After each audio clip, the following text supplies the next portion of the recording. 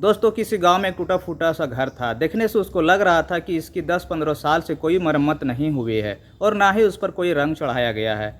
उस घर के अंदर एक बूढ़ी औरत रहा करती थी जिसका इस दुनिया में कोई नहीं था और आठ पड़ोस वाले उसे खाने पीने के लिए सामान दे दिया करते थे। इसी वजह से उसका जीवन समय गुजर रहा था। तभी एक दिन सुबह सुबह एक बड़ी कार उसके घर के दरवाजे पर आकर रुकती है। उस कार में एक नौजवान लड़का निकलता है जिसे अच्छे कपड़े सूट बूट पहने हुए थे। सीधा उस घर के अंदर चला जाता है। वहाँ पर जाने के बाद बूढ़ी औरत कुछ काम कर रही थी। तभी वह जाकर उसके पैर पकड़ लेता है और फुट फुट कर रोने लगता है और कहता है कि आपकी वजह से मेरी ज़िंदगी बदल गई है। आप इस बात को देखने के बाद बूढ़ी औरत बहुत ही कंफ्यूज हो जाती है। वह सोचने लगती है कि यह लड़का कौन है और मैंने इसकी ज़िंदगी कैसे बदल दी। आखिर कौन था वह लड़का और क्या कहानी थी इस बूढ़ी औरत की। पूरी कहानी के बारे में जानने के लिए वीडियो को अंत तक जरूर देखें। यह कहानी एक राजस्थान के एक छोटे से गांव की है।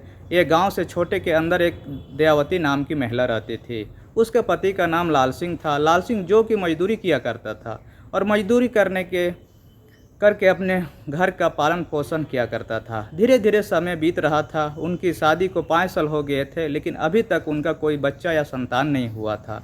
धीरे धीरे समय और बीत रहा था। कुछ समय बाद उसके पति का दयावती को बच्चा होने वाला था। वह गर्भवती हो जाती है। इस बात पर खुशी से लाल सिंह को बहुत ज़्यादा खुशी होता है और वह घर में पूजा पाठ करवाता है। वह मन ही मन बहुत प्रसन्न होता है।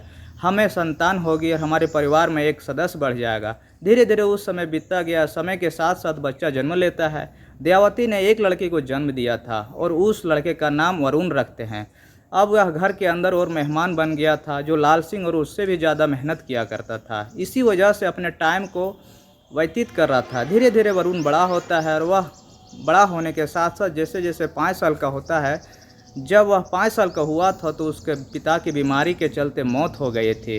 अब जैसे उसके पिता की मौत होती है तो उसके पैरों तले ज़मीन खिसक जाती है। दयावती इस बात से परेशान हो जाती है और वो सोचने लगती है कि अब मैं क्या करूँगी। अब मैं अपने पति भी नहीं रहे, इस बच्चे का भरण पोषण कैसे करूँगी। दयावती अपने मायके वाले से बताते हैं, समझाती है कि कोई बात नहीं, अगर तुम्हारा पति मर गया है तो तुम ऐसा करो, इस बच्चे को हमारे यहाँ भेज दो, हम इसे पाल पोस कर बड़ा कर लेंगे और तुम शादी कर लो, जीवन बहुत लंबी है, इस तरह से व्यतीत नहीं हो पाएगी। अब इस बात को सुनने के बाद दयावती को बहुत बुरा लगता है। वह कहती है कि यह मेरे पति की निशानी है और इसी के ऊपर मैं अपनी ज़िंदगी बिता लूँगी, लेकिन मैं दूसरी शादी नहीं कर सकती। दोस्तों, उसके बाद जो दयावती जी है वह उस लड़के को पाल पोस कर बड़ा करने की ठान लेती है और वहीं पर रहकर उस बच्चे की देखभाल करती रहती है और खुद दूसरे के घरों में काम करके मजदूरी करके उस बच्चे का भरण पोषण कर रही थी। धीरे धीरे समय व्यतीत होता है। वह लड़का धीरे धीरे बड़ा होने लगता था, लेकिन वह अपनी माँ की एक बात नहीं सुना करता था। बहुत ही बिगड़ैल जैसा हो गया था। माँ जैसे भी कहा करती वह चुपचाप बैठ जाया करता, वह वहीं करता रहता, जो उसके मन में आता था वह करता था। धीरे धीरे लड़का 16 साल का हो गया। जैसे ही वह 15 साल का होता है वह अपने दोस्तों में से ज़्यादा घूमने लगता है और बात बात के लिए उसके माँ से बार बार डांटा करती थी। कहाँ करती थी कि बेटा ऐसे दोस्तों में घुमा नहीं करते, तेरे पिता नहीं है, क्या कहेंगे लोग कि लड़का बदमाश हो गया है, संभाला नहीं पा रहा है। लेकिन उसका बेटा अपनी माँ की किसी बात पर गौर नहीं किया करते थे। तभी एक दिन वह दोस्तों के साथ हुआ खेल कूद में गया था कि वह शराब पीकर घर आया। जब शाम को वापस आया तो उसकी माँ उसको देखती है तो उसे बहुत पीटता है और बहुत डांटता है। वह पिटाई उसे जब मिलता है तो वह नाराज़ हो जाता है। वह बच्चा है, इस तरह से वह दारू पी के घर आ जाता है तो उसको बहुत ख़राब लगती है। इस वजह से उसकी माँ उसको बहुत पीटती है। कम से कम मुझे आज दिन तो नहीं देखना पड़ता, रात को वह काफ़ी देर तक उसे पीटती है। उसके बाद वह लड़का नाराज़ होकर घर के अंदर ऐसे ही पड़ा रहता है। अब माँ थोड़ी देर से इंतज़ार करती है कि अपने खाना भी नहीं खाया है और मैंने उसे पीट दिया। उसे बहुत अफसोस लगता है तो वह खाना लेकर उसके पास जाती है और उसे खिलाने लगती है। लेकिन वह लड़का अपनी माँ से नाराज़ हो गया था। वह खाना खाने के लिए मना कर रही थी। तभी जो दयावती थी वह उसे फटकार लगाकर ज़बरदस्ती खाना खिलाती है। अब वह खाना तो खा लेता है, लेकिन उसके मन में अब भी अपने माँ के प्रति बहुत गुस्सा था, क्योंकि वह 15 साल का बच्चा था और उसके अंदर समझ तो थी, लेकिन इतनी समझ नहीं थी कि माँ ने जो भी उसके साथ किया, जो भी बोला है वह अच्छे के लिए बोला है, उसकी ज़िंदगी के लिए बोला है। पूरी रात भर वह लड़का अपनी खाट पर लेटे हुए सोच रहा था। तभी रात को उसकी माँ की आंख लग जाती है और वह सो जाती है। माँ को सोता देख लड़का रात को ही 2 बजे रात घर से निकल जाता है और कपड़ों को एक थैली में भरता है और उसके बाद रात के अंधेरे में वह घर से बाहर निकल जाता है। जब रात को अंधेरे से बाहर निकलता है तो कोई भी उसे देख नहीं पाता है। धीरे धीरे वह पैदल चलते मेन रोड की तरफ पहुंच जाता है। घर से मेन रोड की लगभग दूरी 4 किलोमीटर थी। 4 किलोमीटर सफ़र तय करने में सुबह हो जाती है। मेन रोड से वह जैसे जैसे लिफ्ट करके अपने को मजबूरियां बताकर एक बड़े शहर में पहुंच जाता है। अब बड़े शहर में पहुंच गया, लेकिन इतनी बड़ी भीड़ उसने पहली बार देखी थी। तो भीड़ को देखकर वह हैरानी में पड़ जाता है और इधर उधर लोगों की तरफ देखने लगता है। वह देखता है कि दुनिया चल रही है और किसी वजह से भी दुनिया नहीं रुकी हुई है। सभी लोग अपने काम में व्यस्त है। कोई किसी काम को कर रहा है तो कोई काम कर रहा था। अब उसे भूख भी लग रही थी। वह भूख सता रहा था। तभी एक पास में एक होटल की तरफ जाता है। अब होटल में जाने के बाद वह होटल वालों से बात करता है। कहता है कि मेरा कोई नहीं है, मैं यहाँ किसी को नहीं जानता हूँ, मैं इस शहर में नया हूँ, आप मुझे खाना खाने के लिए दे दीजिए, बदले में आपका होटल का जो भी काम रहेगा मैं कर दूँगा। अब जो होटल का मैनेजर था वह पहले से उस लड़के से मना करता है कि हम बच्चों को काम पर नहीं रखते हैं, लेकिन वह फिर दोहराता है, विनती करता है कि मुझे बहुत भूख लगी है, मुझे आप खाना दे दीजिए, मैं आपके खाने के बदले में आपका होटल का काम कर दिया करूँगा। अब मैनेजर सोचता है कि चलो ठीक है, कुछ ना कुछ तो काम करेगा। उसके बाद मैनेजर उसे खाने के लिए खाना दे देता है और कह देता है कि इस होटल के अंदर तुम्हें बर्तन साफ़ करने होंगे। अब वह खाना खाता है। खाना खाने के बाद बर्तन साफ़ करने के लिए किचन में चला जाता है। दोबारा से मैनेजर पास जाता है। मैनेजर से कहता है कि साहब, मैं इस शहर में किसी को नहीं जानता हूँ और मैं घर से आया हूँ यहाँ पर कुछ काम करने के लिए। ना तो मेरे पास रहने को छत है और ना खाने के लिए खाना। अगर आप आज्ञा दो तो मैं इसी होटल में शाम को रुक लिया करूँगा और फिर अगले दिन यही होटल में काम करूँगा। अब इसके बाद मैनेजर सोचता है कि चलो फ्री में अगर काम करने वाला कोई लड़का मिल रहा है जो 24 घंटा हमारे होटल का रखवाला करेगा तो हमारा इसमें क्या जाता है। ठीक है, वह सोचता है ठीक है चलो रख लेते हैं। कहता है तुम ऐसा कर सकते हो, खाना खाने के बाद तुम इसी होटल में सो जाना और तुम्हें अच्छी तरह से काम करना पड़ेगा। ऐसा कहकर वह लड़के को वहाँ पर रख लेता है। अब अरुण वहाँ पर रहने लगता है। बड़ी मेहनत से काम किया करता है और अच्छी तरह से वह अपना काम को बखूबी निभाया करता है। और मैनेजर जब उसे काम करते हुए देखता है तो उसे बड़ा ही अच्छा लगता है। वह बहुत मेहनती लड़का था। वह सोचता है कि यह तो बहुत मेहनत करता है। इसी कारण से मैनेजर और उसे और ज़्यादा काम करवा लिया करता था, जैसे ही सब्जियां काटना, फिर बाज़ार से कुछ सामान लेकर आना और लोगों को खाना परोसना। दिन भर होटल पर काम किया करता था और शाम को उसी होटल में खाना खाकर सो जाता था। बदले में उसे खाना मिला और रहने के लिए होटल मिल गया था। इसी वजह से उसके दिन अच्छे से गुजर रहे थे। तभी धीरे धीरे समय बीतता जाता है और समय के साथ लड़का बड़ा होने लगता है। होटल पर काम करते हुए उसे 2 साल हो गए थे। अब उसकी उम्र 18 साल हो गई थी। तभी एक दिन मैनेजर को किसी काम से बाहर जाना पड़ा था। तो वह उस लड़के से कहता है कि अरुण बेटा, तू ऐसा करना, इस होटल का अच्छे से ख्याल रखना और कस्टमर को अच्छी तरह से संतुष्ट करना। इसके बाद अरुण कहता है कि ठीक है बाबूजी, आप बेफ़िक्र होकर चले जाइए, मैं इस होटल को अच्छी तरह से संभाल लूँगा। क्योंकि 2 साल के अंदर उसने होटल के सभी कामों को सीख लिया था। उसे पता था कि ग्राहकों को किस तरह से बात करना चाहिए, किस तरह से उनके साथ व्यवहार करना चाहिए। वह मैनेजर 2 दिन के लिए छुट्टी पर जाता है और इतने दिन वह लड़का अरुण उस होटल को अच्छी तरह से मैनेज करता है और ग्राहकों को अच्छी तरह से संतुष्ट करके खाना खिलाता है। अब 2 दिन बाद जब मैनेजर आता है तो वह देखता है कि उस होटल को अच्छी तरह से मैनेज किया है और जो वर्कर थे उसे बताते हैं कि यह बहुत अच्छी तरह से काम करता है और कोई भी दिक्कत इसे नहीं की है। अब इस बात को देखकर मैनेजर बड़ा ही खुश होता है। वह सोचने लगता है यह तो बड़ा हुआ, मेरा काम आसान हो गया है। अब इसके बाद जो मैनेजर वह बार बार छुट्टी पर जाया करता और पीछे से अरुण उस होटल को देखभाल करने के लिए छोड़ा करता था। अरुण जो कि होटल को संभालने के साथ और भी सभी कामों को रुचि दिखाता और ही बड़ी मेहनत और ईमानदारी के साथ सभी कामों को सीखने लगता। ऐसे ही करते एक दिन मैनेजर छुट्टी पर गया हुआ था और उसी टाइम पर होटल का मालिक उस होटल को देखने के लिए आ जाता है। अब होटल का मालिक जैसे ही होटल के अंदर आता है तो देखता है कि मैनेजर की जगह एक लड़का काम कर रहा है और वह बड़ी अच्छी तरह से ग्राहकों से बात करता है।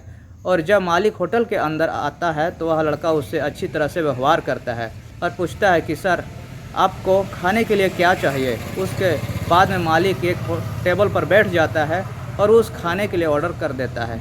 होटल का मालिक एक टेबल पर बैठ गया था और उसने खाने का इंतज़ार कर रहा था। तभी जो वरुण उसके लिए खाना लाता है। जैसे ही वह खाना लाता है तो होटल मालिक उसे खाने में नकल निकालने लगता है। जैसे कि वह नकल निकालता है तो पूरा स्टाफ वहाँ पर इकट्ठा हो जाता है। जो अरुण था वह अच्छी तरह से सिचुएशन को हैंडल करने की कोशिश करता है। अब इन चीज़ों को देखने के बाद स्टाफ जैसे ही वहाँ पर आता है तो स्टाफ के कुछ लोग जो पुराने वर्कर थे वह पहचान जाते हैं कि यह तो होटल का मालिक है, और एकदम से वह नमस्ते करने लगते हैं। और जैसे वह नमस्ते करते हैं तो अरुण इस बात को देखकर थोड़ा सा हैरान होता है और उस व्यक्ति से पूछता है कि यह कौन है। तो वह बताता है कि यह होटल का मालिक है, यह रोज़ यहाँ पर नहीं आया करते हैं। अब इस होटल बात को सुनने के बाद अरुण एकदम से शांत खड़ा हो जाता है। तभी होटल का जो मालिक होता है वह उसकी पीठ को थपथपाता है और कहता है कि बेटा शाबाश, तूने जो भी किया बहुत अच्छा किया। अब इसके बाद अरुण से पूछता है कि बेटा यह बताओ, जो इस होटल का मैनेजर मैंने रखा है वह कहाँ है। तो सभी स्टाफ उसे बताते हैं कि वह तो छुट्टी पर जाया करते हैं, और अक्सर वह जब छुट्टी पर जाया करते हैं तो इसी को पर छोड़ कर जाया करते हैं। यह हमारे होटल के अंदर ही रहता है। इसके बाद जो होटल का मालिक उसके अरुण का काम भी देख लिया था, उसके लड़के की मजबूरी को भी समझ लिया था। उसके बाद रहने के लिए घर नहीं और बड़ी ही ईमानदारी से काम किया करता था। तो होटल का मालिक होता है वह मैनेजर के पास फ़ोन करता है और उसके कह देता है कि आज के बाद तुम्हें होटल पर आने की ज़रूरत नहीं है, मैंने दूसरा मैनेजर रख लिया है। अब उसके बाद होटल का मालिक उसे होटल मैनेजर को बना देता है और कहता है कि बेटा लगन से और मेहनत से काम करना, इसके बाद तुम्हारे लिए और भी कुछ भी है। अब होटल का मालिक उसे मैनेजर बनाकर वहाँ से चला जाता है। उस होटल मालिक के कई होटल थे और सभी होटलों में जिस होटल का मैनेजर अरुण था वह होटल बहुत ही ज़्यादा तरक्की करता है। उसमें बहुत ही ज़्यादा ग्राहक आने लगते थे और उसकी बिक्री बढ़ जाती है। इस बात को देखकर होटल का मालिक वह पूरा हैरान हो जाता है और सोचने लगता है कि यह लड़का बहुत ही ज़्यादा मेहनती है, इसी वजह से मेरे होटल की आमदनी इतनी बढ़ गई है।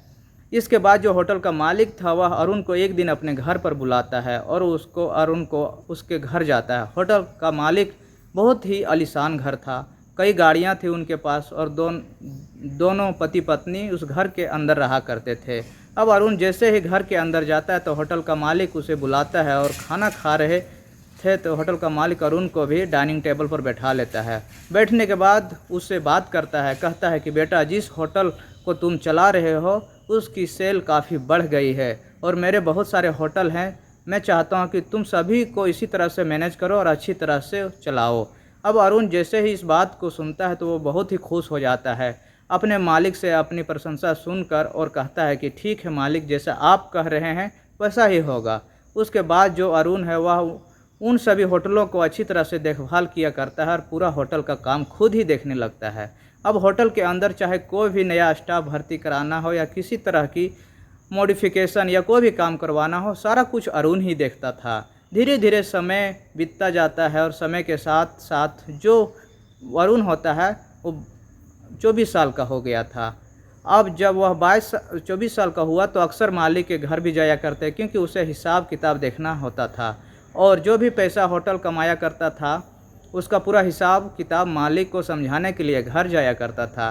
तो जैसे ही वह घर जाया करता था रेगुलर, तो उसके मालिक और उसकी मालकिन उसे बहुत ही प्यार किया करते थे और उसको बड़ी अच्छी दृष्टि से देखा करते थे, क्योंकि अरुण बहुत ही ज़्यादा मेहनती था और अच्छी तरह से उनका आदर सम्मान और ईमानदारी से काम किया करता था। और घर पर वह उसके किसी काम को करने के लिए कहा करते तो अरुण बेहिचक उस काम को कर दिया करता था, क्योंकि होटल का मालिक का कोई संतान नहीं थी। तो इसी वजह से जो अरुण है उनके घर पर भी काम कर दिया करता था और इसी तरह से समय बीतता जाता है, समय गुजरता जाता है। इधर जो होटल मालिक था उसकी पत्नी एक दूसरे से बातें करती कि लड़का बहुत अच्छा है, होनहार है और कोई ना, हम इसे अपडेट कर लेते हैं। लेकिन होटल मालिक कहता है कि नहीं, अभी टाइम नहीं आया है, जब टाइम आएगा तो इसे अडॉप्ट कर लेंगे। उसके बाद धीरे धीरे ऐसे ही कुछ समय बीतता जाता है। कुछ समय बाद होटल के मालिक पति पत्नी की मौत हो जाती है। अब जैसे ही होटल मालिक की पत्नी की मौत होती है तो होटल मालिक होता है वह बात बहुत ज़्यादा टूट जाता है और इसी गम के कारण वह अक्सर बीमार रहने लगता है। अरुण से कहता है कि बेटा अब तू ऐसा करना, होटल मत जाना, अब तू मेरे घर पर आ जाया कर और वो यहीं पर रहा कर, क्योंकि मैं अकेला हो गया हूँ, मेरी कोई संतान तो नहीं और तू मेरे पास रहेगा तो मुझे थोड़ा सा अच्छा लगेगा।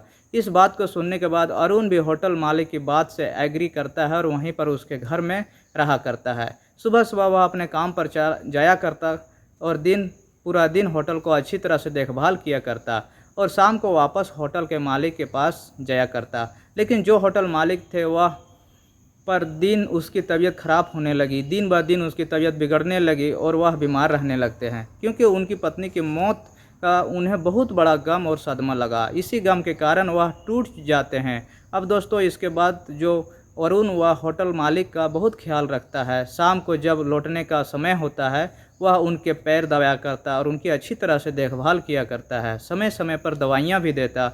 अब एक दिन शाम को ऐसे ही अरुण अपने होटल मालिक के पैर दबा रहा था, तभी जो होटल मालिक है उससे उनकी कहानी पूछने लगता है। बेटा, तुम इतने दिन से हमारे पास काम कर रहे हो, मैंने कभी तुम्हारे बारे में जानने की कोशिश नहीं की। मैं जानना चाहता हूँ कि तुम कहाँ से हो और कहाँ से तुम आए हो और यहाँ पर क्या कर रहे हो। उसके बाद अरुण अपनी पूरी कहानी होटल मालिक को सुनाता है।